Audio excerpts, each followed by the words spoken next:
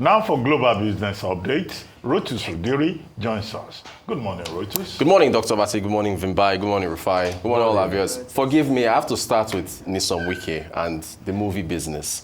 I was transfixed. And shout out to Somna Sambo, Arise Senior Political Correspondent in Abuja, for being one of the moderators there. Nyesom Wike is one of the most entertaining politicians that Nigeria has produced in over a decade. And Nollywood, if you do not produce a movie on this man, you are failing Nigerians. And by the way, I thought it was incredibly articulate, and I thought he laid out all the issues that is going on in Rivers State, which is one of the highest IGR producing states in the country. All right, to Asian markets now. Blood red, just like yesterday.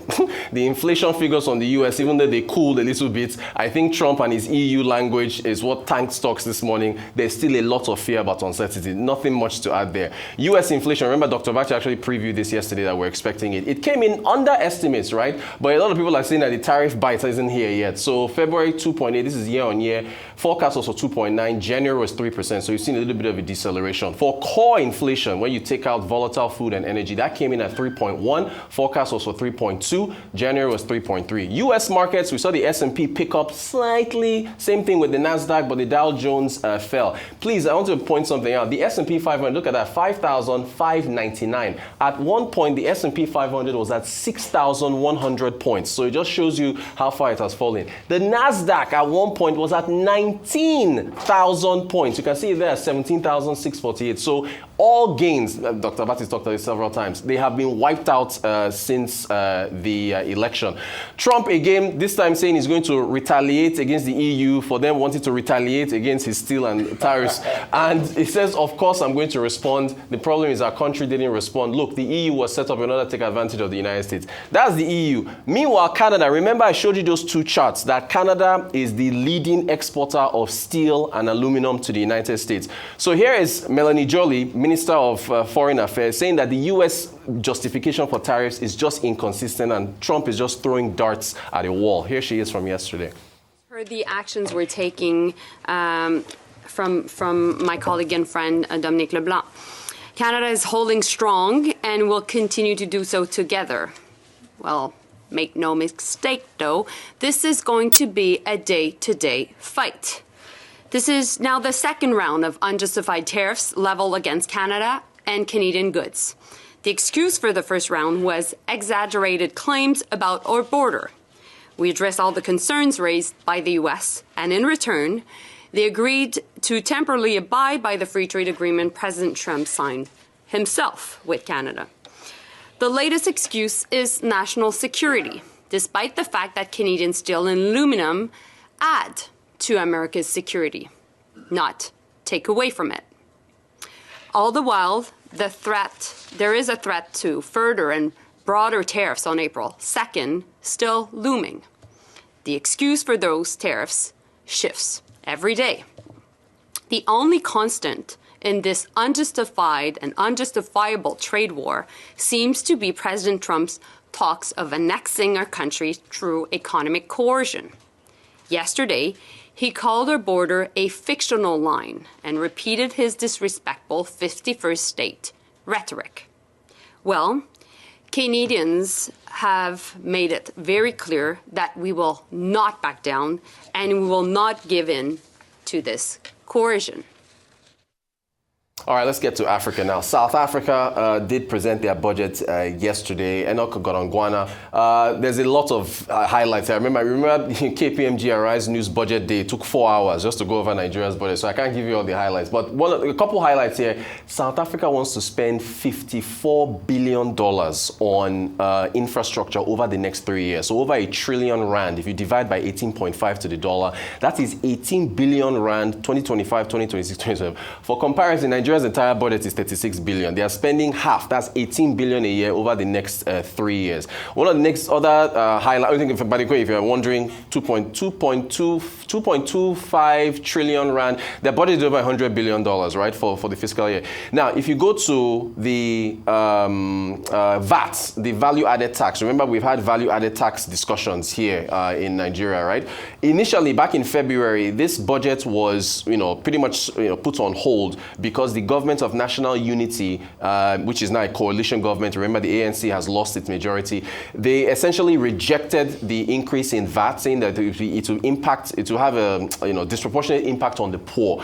I think they wanted to increase it by 2 percentage points, 1% in 2025, 1% in 2026. So they came back yesterday. Now it's a 0.5% increase effective May the 1st, and then another 0.5% increase effective April the 1st of 2026, taking VAT to 16%. They now said, okay, they will increase welfare transfers to the poor. They will also keep the fuel levy unchanged, and they will exempt more food items from that. And then another thing was, because the VAT is being reduced, that there are not going to be inflation adjusted wages for certain workers in order to make up for that shortfall. So there's a lot there. Even though I think the DU or DA, Democratic Alliance, is still saying that, look, this essentially the budget is still hanging in the balance even with this change.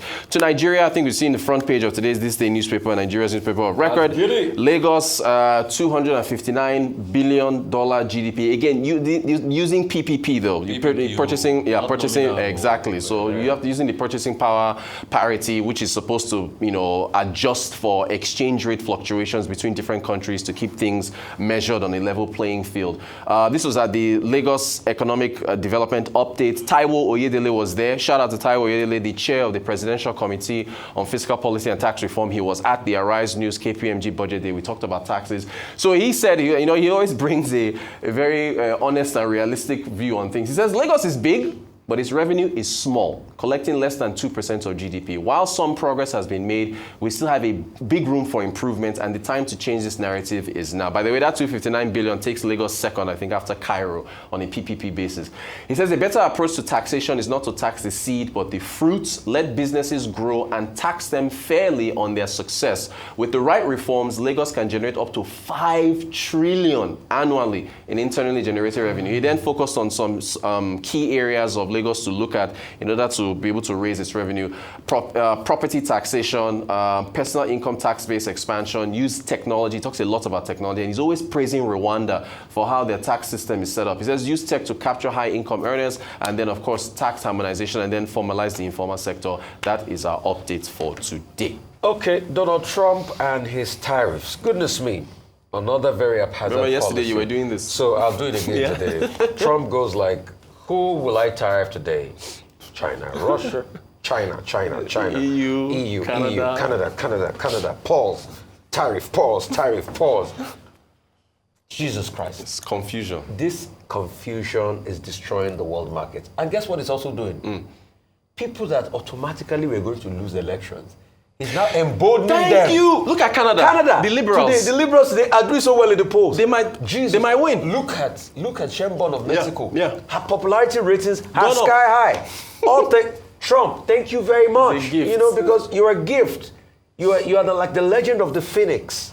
And Canadians your gift keeps on giving. Canadians they want their government to attack America even further. They want that electricity tariff back up. We are not surprised. Anyway, he had some reprieve.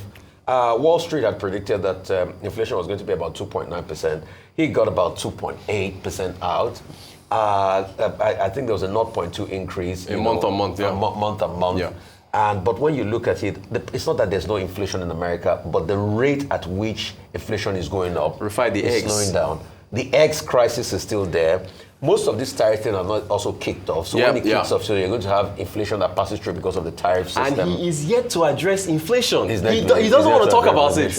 And definitely, you're also having massive job cuts as regards what he's doing to cut. And the reason why he's doing all those cuts is because he wants to get a leeway for tax cuts for his rich friends. That is it. The tax cuts are estimated to be about 11 trillion over a decade. So maybe on like 1 trillion tax cuts worth to be able to make the rich richer and to make the poor poorer.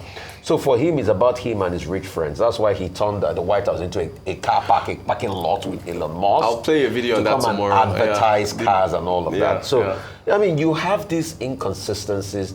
This was a man that was gifted a very stable economy. One of, the economies that a lot of people wanted in the world post-COVID. And he's destroying it by himself. It's like a do-it-yourself destruction. Look at the markets today. And the part I'm very sad of, I was telling you Vimba yesterday, I sort of like prefer Trump 1.0. I think Trump 1.0 even cared about the markets. He was always talking about the markets. He was talking about the markets, but this now one he doesn't care. He said he doesn't care about the markets care about the anymore. markets. So this one really scares me. I'm to a wit's end as regards this Trump on 2.0. I even prefer Trump on 1.0 to Trump on 2.0. Because the markets make America. Look at S&P. Look at the numbers. Look at how you've eroded all the growth they had. Gone. All the gains gone. Although I should point out, whenever the markets fall, there's a chance to jump in and buy at And as regards Lagos, that's the immense potential. Yeah, Lagos has. That's why some people will never leave Lagos alone. So I want to take up the cooling inflation in the U.S. and of course a lot of people are saying, what do we attribute this to? And a lot of analysts are saying that, well, the cuts in government expenditure are playing a significant role. So his method may be unconventional, but I'm focusing on that element because I want to connect it to South Africa, which is the debate that happened, heated debate around increasing VAT. Right. When South Africans are saying, you want to put this burden on us. However, what effort have you made to trim your government expenditure so we can see how else to use our state funds, our national funds? So now here we are with a compromise, as opposed to the 2% is now 0.5 over a period of 2 years. However, the critical thing here is the politics around it, which is the fact that as the ruling party ANC no longer has the majority, I don't know if I can call them the ruling party, but they're the party with the president. They no longer have a majority in parliament. And all of the biggest opposition parties, the DA, the EFF, the MK, and even Freedom Front Plus, have said that they are not in line with this budget. Right. And of course, we know that the budget needs to be passed by Parliament. Looking highly unlikely that this budget will be passed. And it's what many are referring to as uncharted territory, because what happens now? So many different scenarios come to mind. So South Africa, they don't have a government shutdown kind of situation. Right. What they do have, though, is a possibility that the Parliament can move a motion of no confidence on the president, which is a very volatile time, because we know how much wheeling and dealing and political brinksmanship had to happen for him to be elected as president without a majority in Parliament. So it's going to be a very interesting few weeks playing out in the South African Parliament. We know how vibrant it is and how heated the debates Very get. entertaining too. So let's see what they give us. Okay, the Bureau of Labor Statistics in the U.S. has released the Consumer Price Index report yesterday, and it says inflation is at 2.8%. Now, core inflation, which excludes food and energy prices, came in at 0.2% on the month and 3.1% on a 12-month basis. And this is slower than expected prediction that have been made by Dow Jones intervening economics. What are the implications? Simply that, investors will be re-emboldened because they were expecting the worst. Exactly. But the figures came in 0.1% less than Dow Jones and the economists had predicted. It also creates a room for the U.S. Federal Reserve to maybe still cut rates, because there have been anxieties about whether they will cut rates or they will hold rates. That's that about CPI, US. Today we're expecting the PPI. Produce Price Index. Now, to the tariff war. I think the tariff war is heating up. Now, Donald Trump keeps going back and forth. On Tuesday, he said, he was going to suspend the tariffs on the steel and aluminum from Canada. But by yesterday, he imposed it again, 25%. And Canada immediately retaliated. Now, this tariff war is as follows. You'll recall that Doug Ford, the premier for Ontario, has said he was going to add to the tariffs on electricity supply to the northern parts of the United States, specifically Michigan, Minnesota, and New York. Now, that still stands. 2, Alberta Premier Daniela Smith also yesterday said, well, they have 2 options. She was speaking at the Kerwick Energy Conference with regard to oil and gas Yep. with the United States. Either they build for trade, not America, or they look for markets, Elsewhere. other markets Yeah. to sell to, to sell Canadian oil and gas to. Number 3, Carney, who is the incoming Prime Minister, also said, well, he's ready to talk to Trump, but only if Trump will respect the sovereignty of Canada. Right. Now, it's not just Canada fighting back. The European Union also yesterday took a decision to impose tariffs on about 26 billion worth of goods coming from the United States. Canada, over $20 billion. So that tariff war is a problem. As for Lagos State, well, it's an acknowledgement of the success of the theme's agenda. That's right. But do you really say more tax? No, we don't want more taxation, whichever way he describes it. Yes, sir. Thank you very much, Thank you. Rotus. Thank you. Thank you.